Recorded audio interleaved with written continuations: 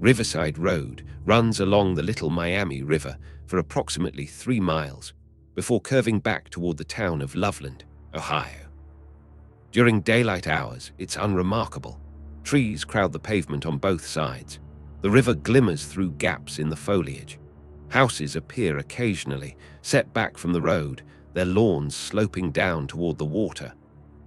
But nobody drives Riverside Road after dark if they can avoid it. The locals don't talk about why, they just don't do it. They take alternate routes that add 15, 20 minutes to their commute. They make excuses about road conditions, about poor lighting, about deer crossings. They never mention what actually keeps them away. In March of 1972, 2 Loveland police officers drove that road on separate nights, 2 weeks apart. Both men saw something that would haunt them for the rest of their lives. Both men reported what they witnessed to their superiors. Both men were told, in different ways, to stop talking about it. One of them kept talking anyway. His name was Ray Shockey. He was 53 years old, a veteran officer with no history of fabrication, no disciplinary issues, no reason to invent a story that would make him a laughingstock. On the night of March 3rd, 1972, at approximately 1:00 a.m., Officer Shockey was driving his patrol car along Riverside Road when his headlights caught something crouching at the edge of the pavement. What he saw in the next 30 seconds would divide his life into before and after. The creature was hunched at the roadside, facing away from the approaching vehicle. Shockey's first thought was that it was a dog, a large dog, maybe injured, maybe preparing to dart into traffic. He slowed the patrol car and angled his headlights to get a better view. The creature stood up. Not the way a dog stands, not the way anything Shockey had ever seen stands. It rose from its crouch onto 2 legs, its body unfolding to a height of 3.5, maybe 4 feet. Its movements were fluid but wrong, joints bending at angles that seemed to defy anatomy. Shockey hit the brakes. The patrol car skidded slightly on the damp pavement, headlights pinning the creature in harsh white light. It turned to face him. The face was the part he could never adequately describe, no matter how many times he tried. In official reports, he called it frog-like because that was the closest approximation his vocabulary could provide. But frogs don't have eyes that reflect light like that. Yellow-green, luminescent, holding the headlight beams and throwing them back with an intensity that seemed almost deliberate. Frogs don't have expressions. This thing did. It looked at Shockey through the windshield, looked at him the way a person looks at another person, with recognition, with assessment, with something that might have been curiosity or might have been contempt. Then it moved. Not toward him, not away from him. It turned and walked on 2 legs, arms swinging slightly at its sides, toward the guardrail that separated the road from the riverbank. When it reached the rail, it didn't climb over. It vaulted, one hand touching the metal for balance, and disappeared into the darkness, sloping down toward the water. The whole encounter lasted maybe 30 seconds. Shockey sat in his patrol car for a long time before he could make his hands work the radio. The Loveland Police Department in 1972 was a small operation, fewer than 20 officers covering a town of perhaps 10,000 people. Everyone knew everyone.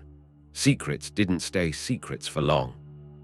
When Ray Shockey filed his report the morning after his encounter, he knew exactly how it would be received.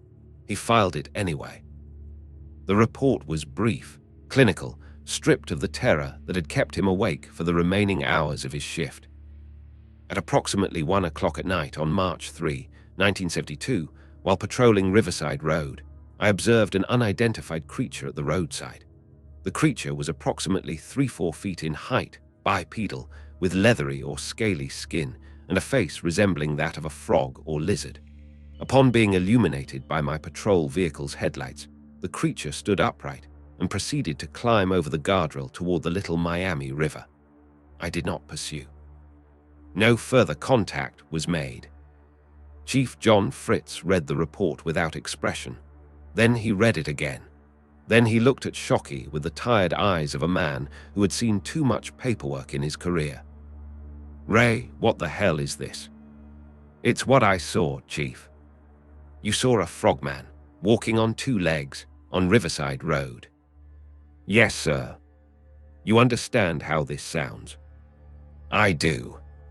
"You're sure it wasn't a deer, a dog, someone in a costume?" "I've seen deer my whole life. I've seen dogs. I've never seen anything like what I saw last night." Fritz set the report down on his desk. His fingers drummed the surface, a habit that appeared whenever he was thinking about things he'd rather not think about.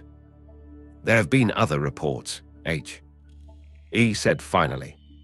Shockey blinked. "Sir." "Other reports, over the years. Similar descriptions, always near the river, always at night. We don't file them officially. We don't talk about them, but they exist." "How many?" "Enough that I stopped being surprised when they came in. Not enough that I know what to do about them." Fritz picked up the report again, studied it. "I'm going to file this. Against my better judgment, I'm going to file this because you're a good officer and you've never given me reason to doubt you. But I'm going to ask you not to discuss it with anyone outside this department. Can you do that?" "Yes, sir." "And Ray," Fritz's voice dropped, "if you see it again, don't chase it, don't engage it, just drive away." "You think it's dangerous?" Fritz didn't answer immediately. When he did, his voice was barely above a whisper. "I think we don't know what it is, and until we do, I'd rather not find out what it can do." 2 weeks later, Officer Mark Matthews was driving the same stretch of Riverside Road. Matthews was younger than Shockey, early 30s, 5 years on the force, recently married with a baby on the way.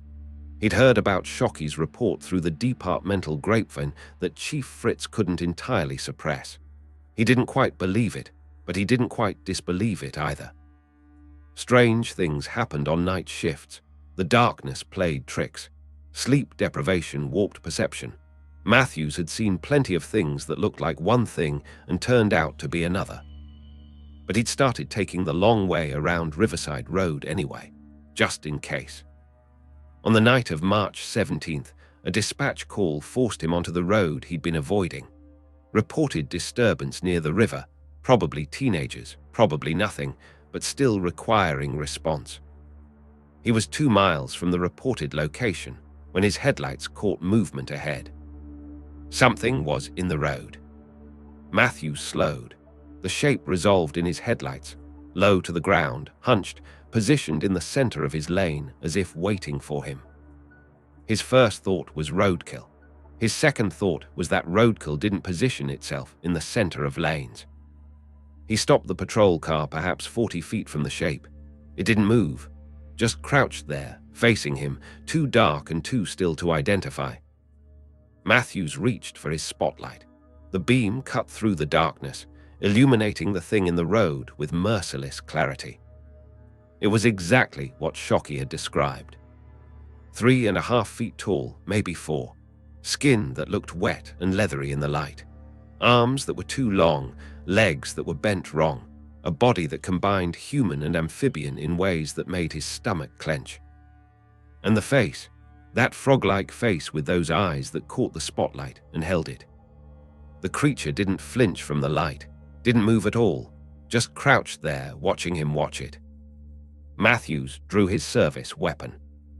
Years of training took over, the automatic motions of chambering around, acquiring a target, breathing steady despite the hammering in his chest.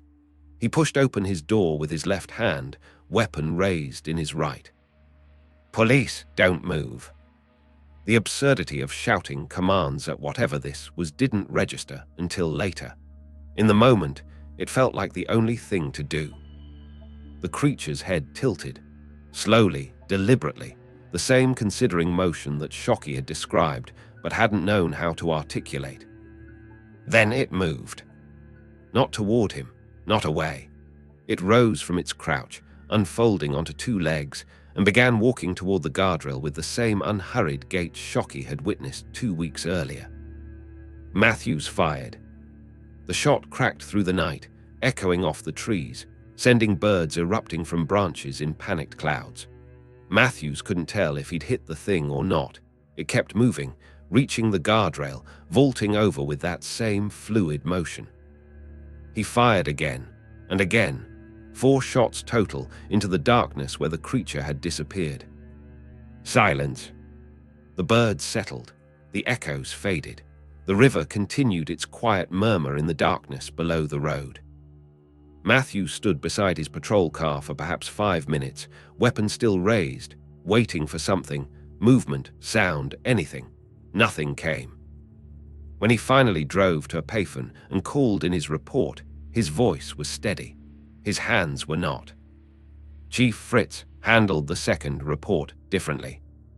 With Shockey, he had allowed official filing. With Matthews, he did not. The shots fired complicated everything. 4 rounds expended required documentation, but the reason for the shooting could be adjusted. You fired at an unidentified animal, Fritz told Matthews the following morning. Large, aggressive, species unknown. You believed it presented a threat to public safety. Sir, it wasn't. I know what it was, Mark. I know exactly what it was because Ray Shockey told me about it 2 weeks ago. But I can't have 2 officers filing reports about Frog. Men on the same stretch of road. The department will become a joke. You'll become a joke.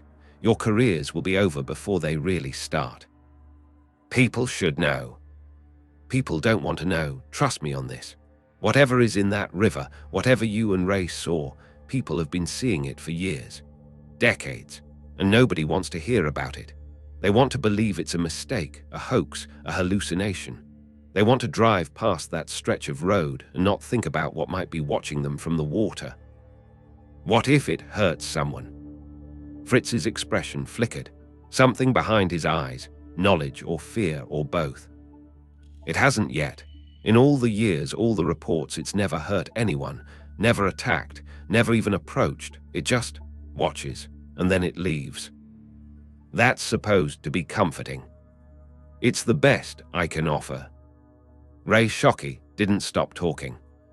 Chief Fritz had asked him to keep quiet, and he'd agreed, but agreements made in the immediate aftermath of impossible encounters don't always hold. The questions kept coming, from other officers, from family, from strangers who'd heard rumors through small-town channels that carried gossip faster than telephone lines.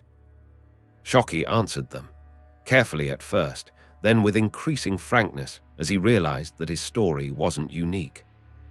The first person to share a similar experience was a farmer named Albert Dumont, who lived on property bordering the Little Miami, about 3 miles upriver from the Riverside Road sightings.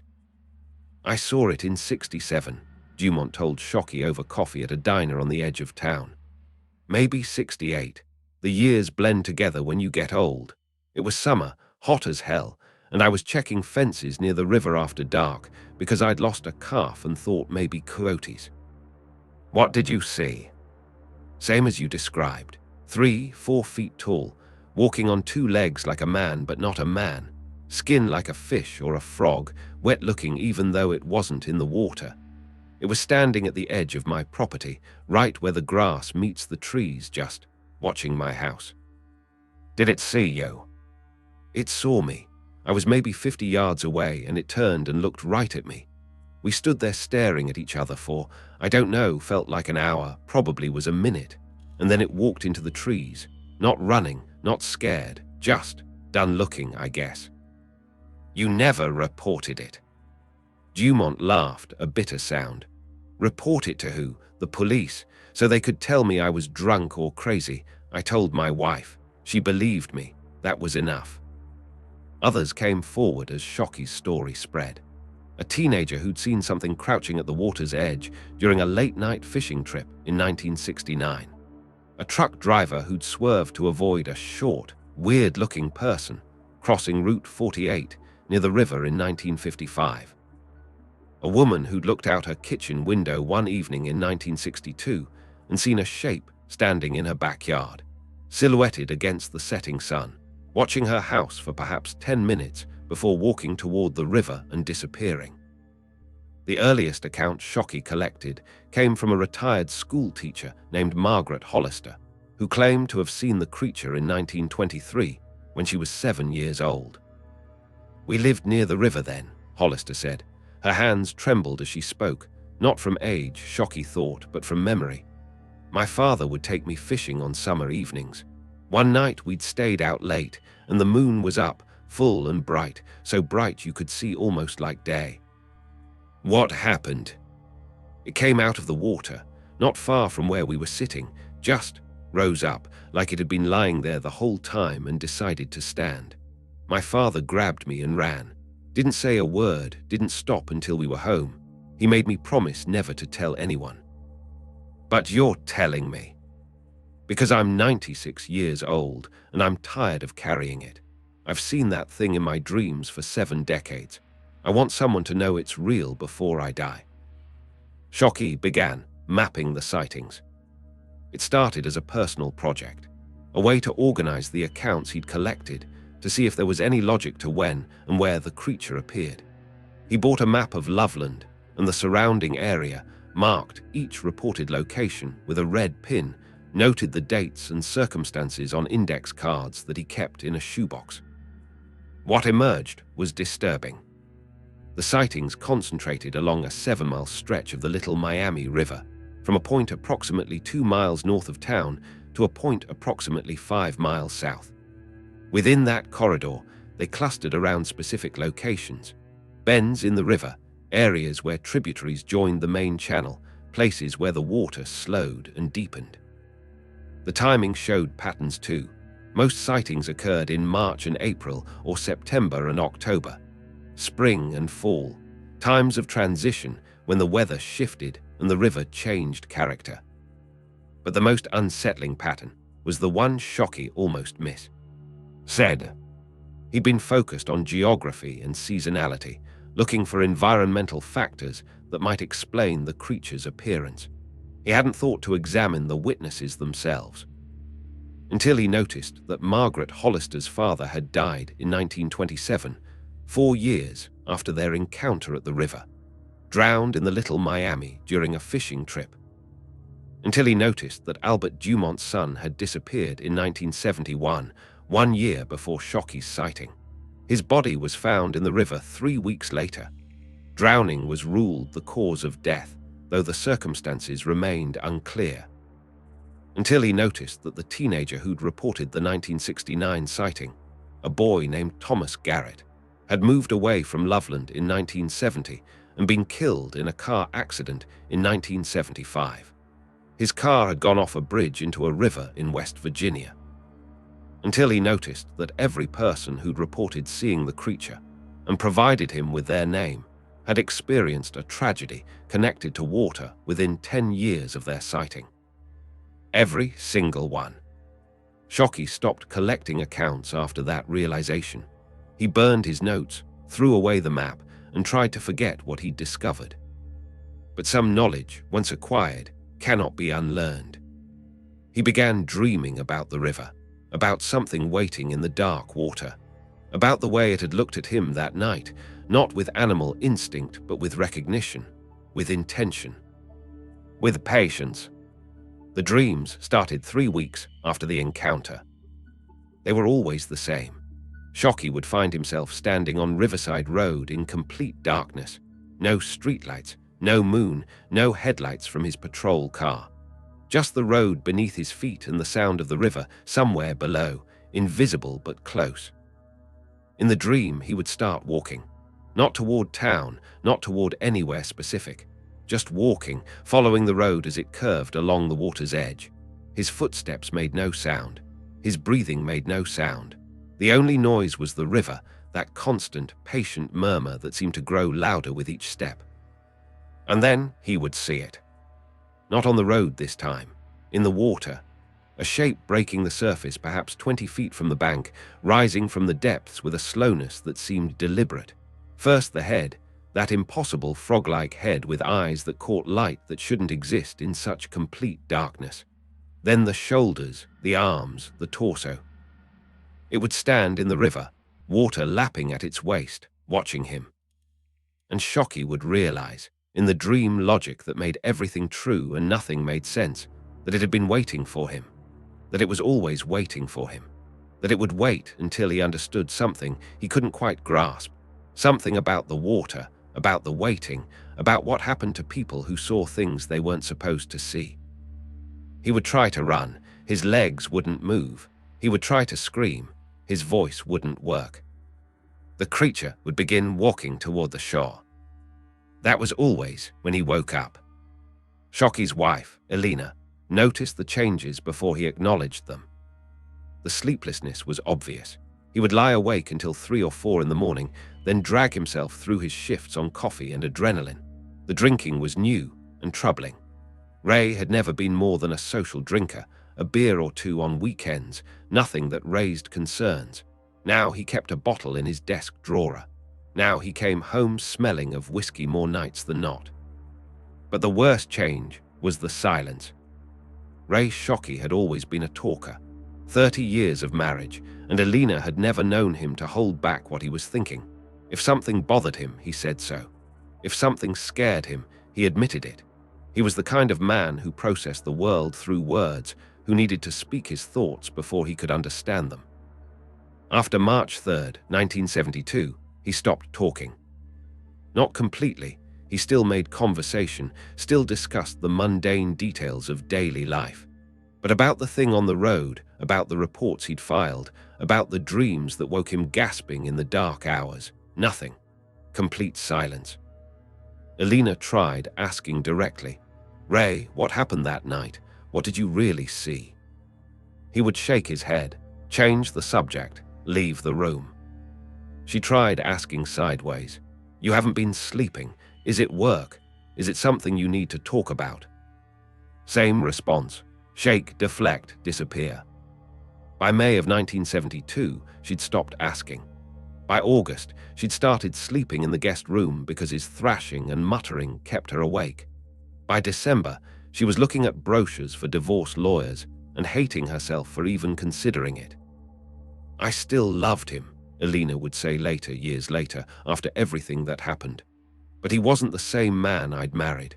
Whatever he saw that night, it hollowed him out, replaced something inside him with fear, and he wouldn't let me help. He wouldn't let anyone help. It was like watching summer. Knee drown on dry land." Officer Mark Matthews handled his encounter differently. Where Shockey internalized, Matthews externalized.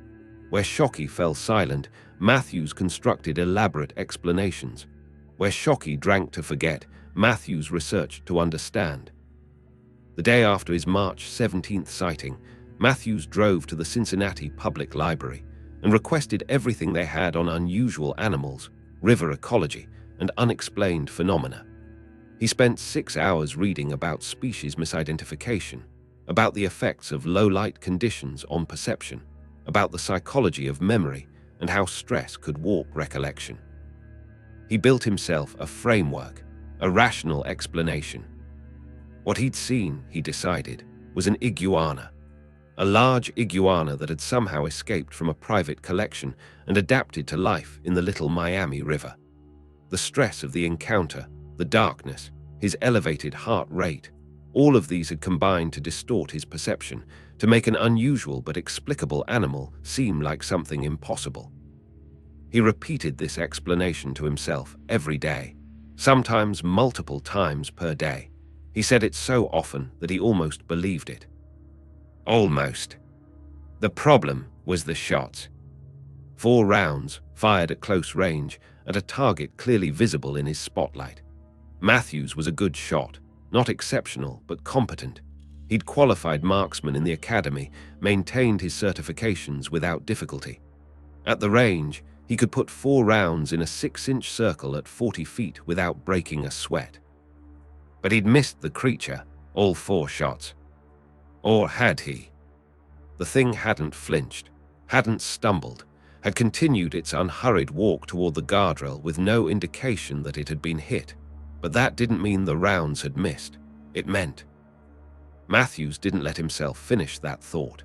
Finishing it would require abandoning the iguana explanation, and the iguana explanation was the only thing keeping him functional. His wife, Patricia, noticed less than Alina Shockey had noticed.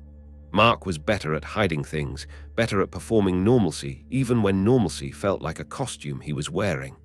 He still laughed at dinner, still played with their infant daughter, still made love to his wife with something that approximated passion. But at night, when Patricia was asleep and the house was quiet, Matthews would sit in the living room with the lights off, looking out the window toward the river he couldn't see but knew was there. Watching the darkness, waiting for it to watch him back. The sightings continued after March. Not the officers, neither Shockey nor Matthews saw the creature again that year, but others did. A trickle of reports that never made it into official files, that passed through Loveland's informal networks like whispered secrets. June, a family of 4, driving home from a relative's house in Milford, claimed to see something cross the road ahead of them. The father swerved, missed it, kept driving, told his wife never to speak of it. She told her sister anyway. July, 2 teenage boys fishing from the Route 48 bridge at dusk reported seeing a figure in the water below them. It surfaced, looked up at them, and submerged. They ran home and never fished that stretch of river again. August, a woman walking her dog along a path near the river swore the dog stopped suddenly, hackles raised, growling at something in the bushes. She saw a shape moving away from them, low, fast, wrong in ways she couldn't articulate. The dog refused to walk that path ever again.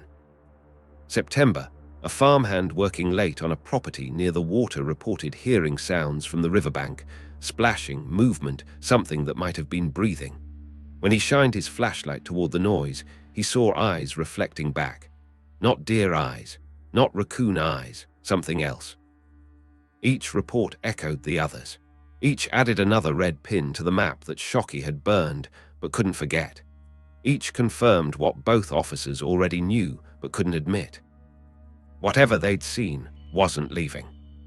It lived in that river. It had always lived in that river, and it was becoming less careful about being seen. Loveland, Ohio, was founded in 1876, but the area had been settled long before that. Shockey, despite burning his research, couldn't stop gathering information. It was compulsion now, an itch he couldn't scratch, a hunger he couldn't feed. He just stopped writing things down. He started talking to the oldest residents he could find, people who'd lived near the river their entire lives, people whose families had been there for generations. What he found was a pattern that extended far beyond his original discovery. The Shawnee had names for the river that white settlers never bothered to learn. One of those names, according to a historian at the county library, translated roughly to water where the old ones live. The Shawnee hadn't fished that stretch of the Little Miami, hadn't camped near it, had, according to Soame. Accounts left offerings at the water's edge during certain seasons, offerings meant to appease something that dwelled beneath the surface. Early settlers had similar stories. A journal from 1823, preserved in a private collection, described an encounter between a farmer and a creature of most unholy aspect near the confluence of the Little Miami and a tributary creek. The farmer had fired his musket at the thing. The creature had walked into the water and disappeared. The journal's author died in 1827, drowned in the Little Miami River. Court records from 1856 documented a trial in which a man was accused of killing his neighbor. The accused claimed he'd seen his neighbor change form near the river, become something that wasn't human, something with the face of a frog or toad. The jury convicted him of murder. He was hanged. But 3 jurors who'd attended the execution died within a decade. All 3 drowned, 2 in the Little Miami, 1 in a bathtub in Cincinnati. The pattern Shockey had discovered wasn't limited to the 20th century. It wasn't limited to Loveland. It stretched back as far as records existed and probably further. And the pattern always ended the same way. Water. Everyone who saw it, everyone who spoke about it, everyone who tried to understand it. The water always took them, eventually. Mark Matthews resigned from the Loveland Police Department in October of 1972. The official reason was family obligations. His wife, Patricia, had been offered a job in Columbus, and the family was relocating to be closer to her new workplace. Reasonable, understandable. Nobody questioned it publicly. Privately, Chief Fritz knew the truth. Matthews had stopped being able to function. The iguana explanation had collapsed under the weight of continued sightings, continued reports, continued evidence that something impossible was living in the Little Miami River. He couldn't drive past the water without his hands shaking, couldn't work night shifts without calling in sick, couldn't look at his infant daughter without wondering what he'd brought into her life by seeing what he'd seen. "I need to leave," he told Fritz in a closed-door meeting. "I need to get away from the river. I need to get my family away from the river." "You think that'll help?" "I don't know, but staying here is killing me." Fritz didn't argue. He processed the resignation, wrote a glowing recommendation letter, and watched Matthews pack up his desk with the hollow expression of a man who was fleeing something he couldn't name. The Matthews family moved to Columbus in November 1972. Mark found work with a private security company. Patricia thrived in a new job. Their daughter grew healthy and happy, with no memory of the town her parents had fled. For a while, it seemed like escape was possible. The dreams started in January 1973. Same dream Shockey was having, 100 miles away. The dark road, the river sounds, the creature rising from the water with those patient, knowing eyes. Matthews told no one, not his wife, not his colleagues, not the therapist he eventually started seeing when the insomnia became unbearable. He told himself it was just stress, just processing, just the normal after-effects of trauma. But the dreams didn't fade the way normal dreams faded. They grew more vivid, more detailed, more real. And in March of 1973, exactly 1 year after his encounter, the dream changed. He was standing on Riverside Road, same as always. The creature was in the water, same as always. But this time, when it started walking toward the shore, Matthews didn't freeze. He turned. He ran. And he heard footsteps behind him. Wet, slapping footsteps. The sound of something large and amphibious pursuing him through the darkness. Getting closer, closer.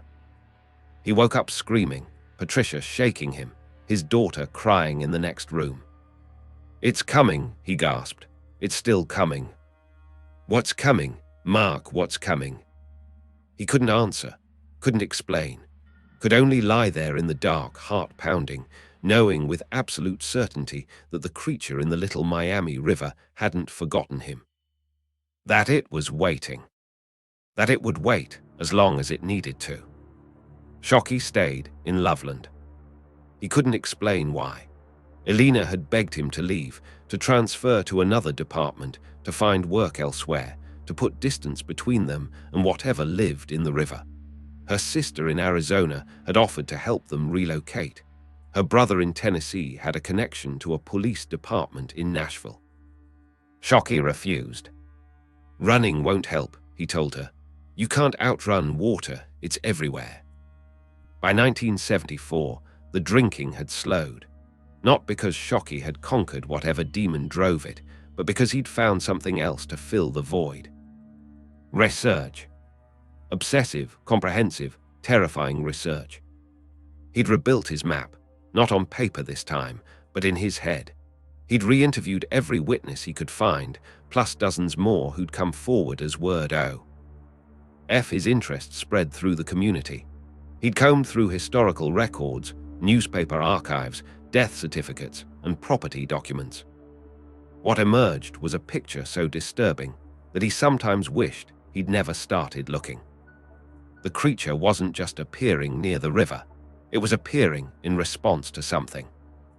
Shockey noticed it first in the timing. Sightings clustered not just seasonally, but around specific events. Heavy rainfall that caused the river to rise, droughts that dropped the water level to unusual lows, industrial discharges from upstream facilities that temporarily altered the water quality. Every time the river changed significantly, sightings increased. It's territorial, Shockey wrote in a private journal he kept hidden from Alina. It responds to disturbances in its environment. When the water is threatened, it appears. When the water is stable, it hides. But that wasn't the worst part. The worst part was what happened to the people who caused the disturbances. A factory upstream had been cited for illegal dumping in 1968. 3 employees from that factory had seen the creature between 1968 and 1970. All 3 had died by 1973. All 3 had drowned. A construction company had diverted a tributary stream in 1955 as part of a housing development project. The project foreman had reported seeing something near the work site. He drowned in 1958 in a lake 3 states away. A farmer had dammed a creek that fed into the Little Miami in 1947. His entire family had seen the creature that summer. The farmer, his wife, and 2 of their 3 children had died in a flood in 1951. The surviving child had moved as far from Ohio as possible and died in 1967, drowned in a hotel swimming pool in California. The creature wasn't just watching people who saw it. It was punishing people who damaged its home. And everyone who saw it, whether they'd caused the damage or simply witnessed its response, became marked, became part of whatever system of justice the thing in the river enforced. The water always took them. Sooner or later. Always. In the summer of 1974, a reporter from the Cincinnati Enquirer came to Loveland. His name was David Harmon. He was young, ambitious, working the weird news beat that newspapers used to fill column inches between real stories. He'd heard rumors about the 1972 sightings, about police officers who'd seen something strange near the river. He found Ray Shockey through the department's public records. "Officer Shockey, I'm David Harmon, Cincinnati Enquirer. I'm researching a story about unusual wildlife sightings in the region. I understand you filed a report in 1972 about..." "No. I'm sorry. No interview, no comment, no story. Officer Shockey, I'm not trying to make you look foolish. I've spoken with other witnesses. I know what people have seen. I just want to document." Shockey grabbed the reporter's arm. Harmon would later describe the grip as like a vice, like he was holding on for dear life. "Listen to me carefully. You don't want this story. You don't want to document anything.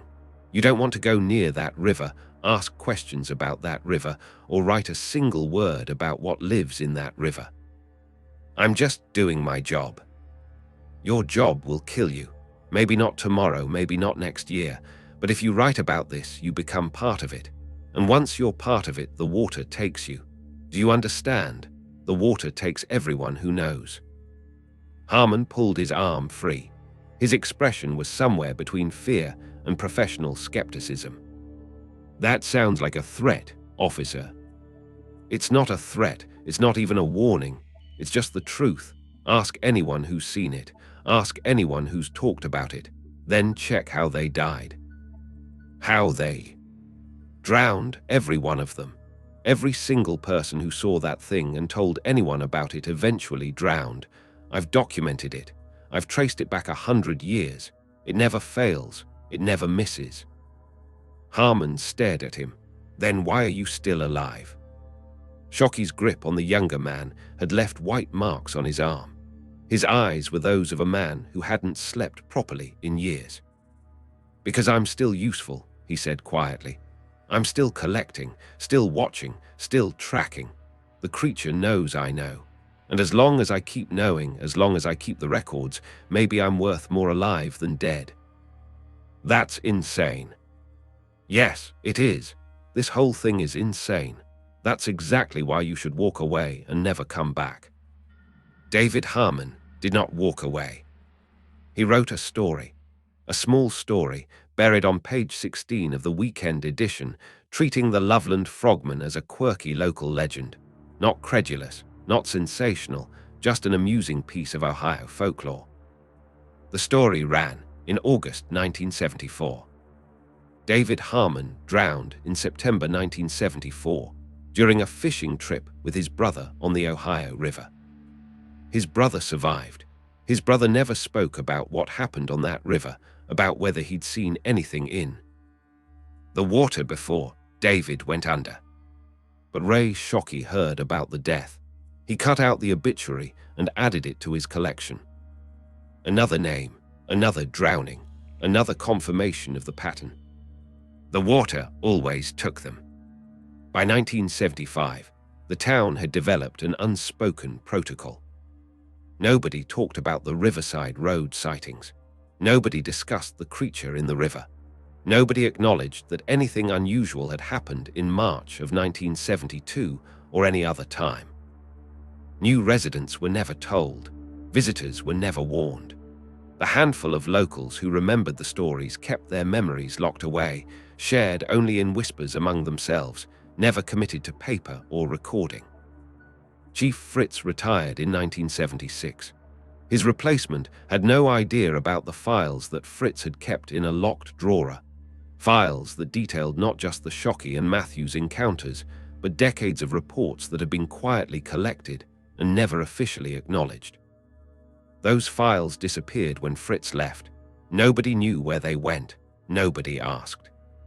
The river continued flowing. The town continued growing. New houses went up along the banks. New businesses opened near the water. New generations were born who had never heard the stories and never would. But certain things persisted. The old-timers still didn't fish that stretch of the Little Miami after dark. Property values along Riverside Road remained slightly lower than comparable properties elsewhere in town. Never enough to raise questions, just enough to notice if you were paying attention. And every few years, someone would see something. A shape at the water's edge, a figure on the road, eyes reflecting headlights in ways that weren't quite right. They never reported it. They never spoke about it. They just drove a little faster, looked away a little quicker, and tried to forget what they'd seen. The creature didn't seem to mind the silence. If anything, it seemed to prefer it. It had been patient for a very long time. It could be patient a while longer. Ray Shockey died on March 3rd, 1981. 9 years to the day after his encounter on Riverside Road. The official cause of death was drowning. His body was found in the Little Miami River, approximately 1 mile downstream from the spot where he'd first seen the creature. There were no signs of foul play, no indication of struggle, no evidence that anything had happened except a tragic accident. He was 53 years old, the same age he'd been when he'd filed his report about the Frogman, frozen in some terrible symmetry that only he might have understood. Elena found his journals after his death. She'd known about his research, known about his obsession, but she'd never realized the scope of what he'd compiled. Boxes of notes, maps, photographs, newspaper clippings, death certificates. Hundreds of names, carefully organized by date of sighting and date of death. A complete record of everyone who'd seen the creature and what had happened to them afterward. And on the last page of his final journal, written the night before he died, "I've been waiting 9 years for this. Every day knowing it was coming. Every night dreaming about the river. I could have run, but running doesn't help. I could have stopped looking, but knowing doesn't make you unknow. The creature isn't evil. I understand that now. It isn't hunting us for sport or punishing us for seeing it. It's maintaining something, protecting something. The river has guardians. It's always had guardians. And when we see them, when we pierce the veil that keeps their world separate from ours, we become part of their world. Part of the river. I'm going to the water tonight, not because I want to die, because I've finally understood that I've been dead since March 3rd, 1972. Everything since then has been borrowed time. Grace, maybe. Time to learn, to document, to understand. But the loan is coming due. If anyone finds this, don't mourn me. Don't investigate. Don't go looking for answers. Just stay away from the river. Please. Stay away from the river." Elena burned the journals. All of them, Every box, every note, every piece of evidence her husband had spent 9 years collecting. She burned them in the backyard, watching the smoke rise into the Ohio sky, watching decades of research dissolve into ash and memory. Then she sold the house and moved to Arizona to live with her sister. She never went near any body of water again. She died in 2003 in a desert hospice, as far from rivers as she could get. Natural causes. Sometimes escape was possible. Sometimes. Mark Matthews outlived Ray Shockey by 31 years. He never returned to Loveland, never drove down Riverside Road again, never looked at the little Miami River except in his dreams, where it continued to flow through his nights with patient, terrible persistence. But the dreams eventually faded. By the late 1970s, they came monthly instead of nightly. By the 1980s, quarterly. By the 1990s, he could go entire yay. RS without dreaming about the road, the river, the creature rising from the water. He never forgot, but the memory lost its edge, became something he could carry without it cutting him. He raised his daughter, watched his marriage survive where Shockey's had crumbled, built a career in private security that eventually led to corporate investigations, comfortable retirement, grandchildren who would never know about the night in March 1972 when their grandfather fired 4 bullets at something that shouldn't exist. In 2001, a cryptozoologist contacted him. The Loveland Frogman had become something of a minor legend in certain circles, one of those quirky American monsters that attracted enthusiasts and skeptics alike. Matthews's name was in the public record, connected to the 1972 sightings through reports that had somehow survived Chief Fritz's attempts at suppression.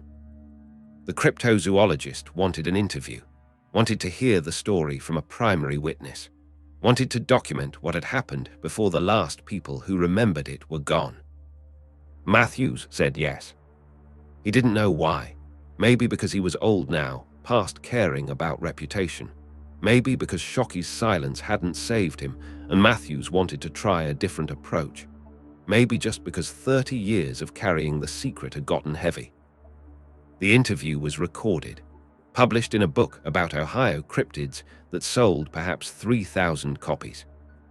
In the interview, Matthews said something that would haunt readers who knew where to look. "I've spent 30 years thinking about what I saw that night, analyzing it, trying to explain it. And here's what I've concluded. I don't know what it was. I don't think it was a frogman or a monster or an escaped iguana. I think it was something else. Something that doesn't have a name because we've never developed words for what it actually is. But I know this. It was intelligent. It was aware. And when it looked at me, it wasn't just seeing a police officer on a dark road. It was seeing something about me that I couldn't see about myself. I think, and this sounds crazy, I know it sounds crazy, I think it was deciding something.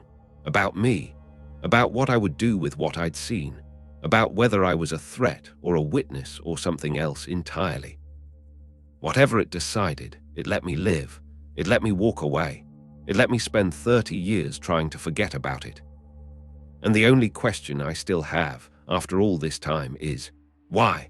Why let me go? What did it see in me that was worth preserving? I don't have an answer.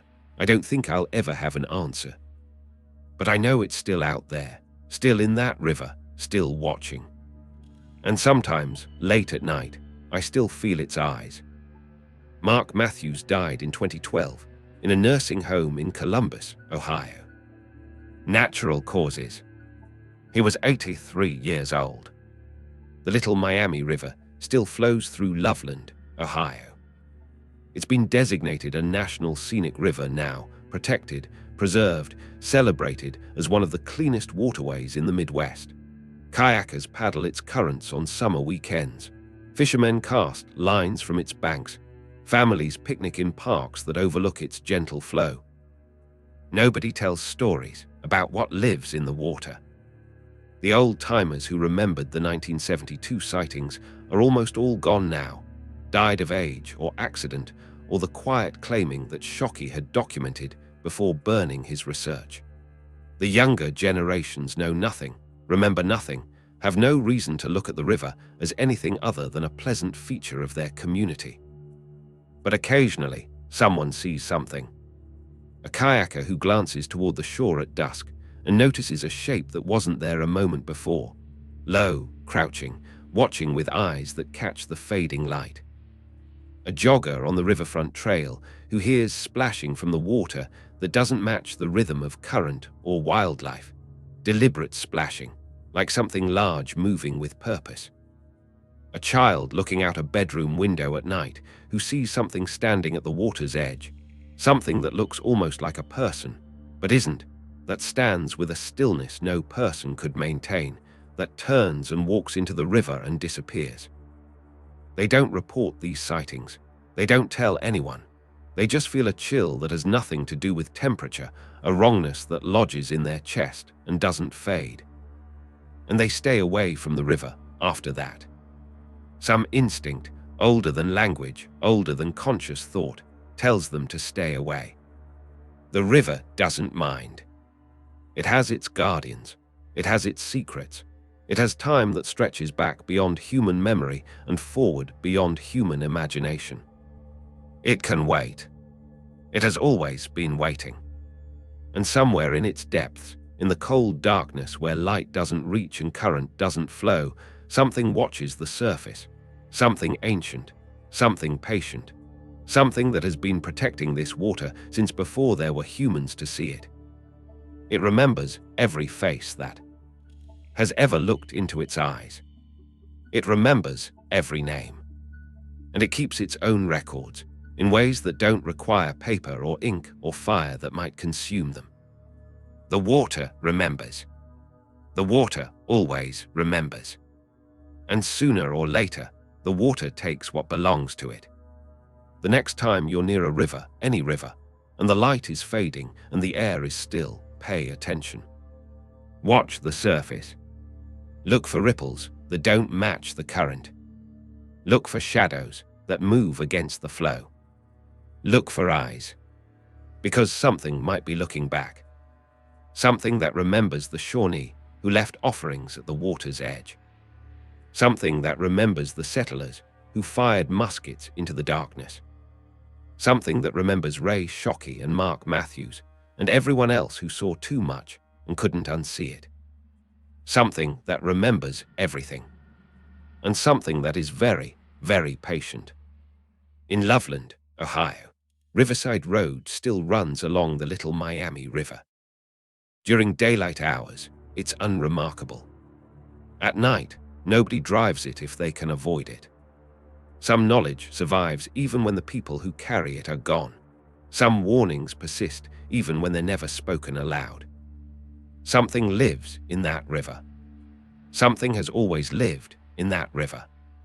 And if you see it, if you're unlucky enough or foolish enough to look at the water at the wrong moment and see those eyes looking back, then you become part of its story. Part of the river. Part of the waiting. And eventually, one way or another, the water will take you home.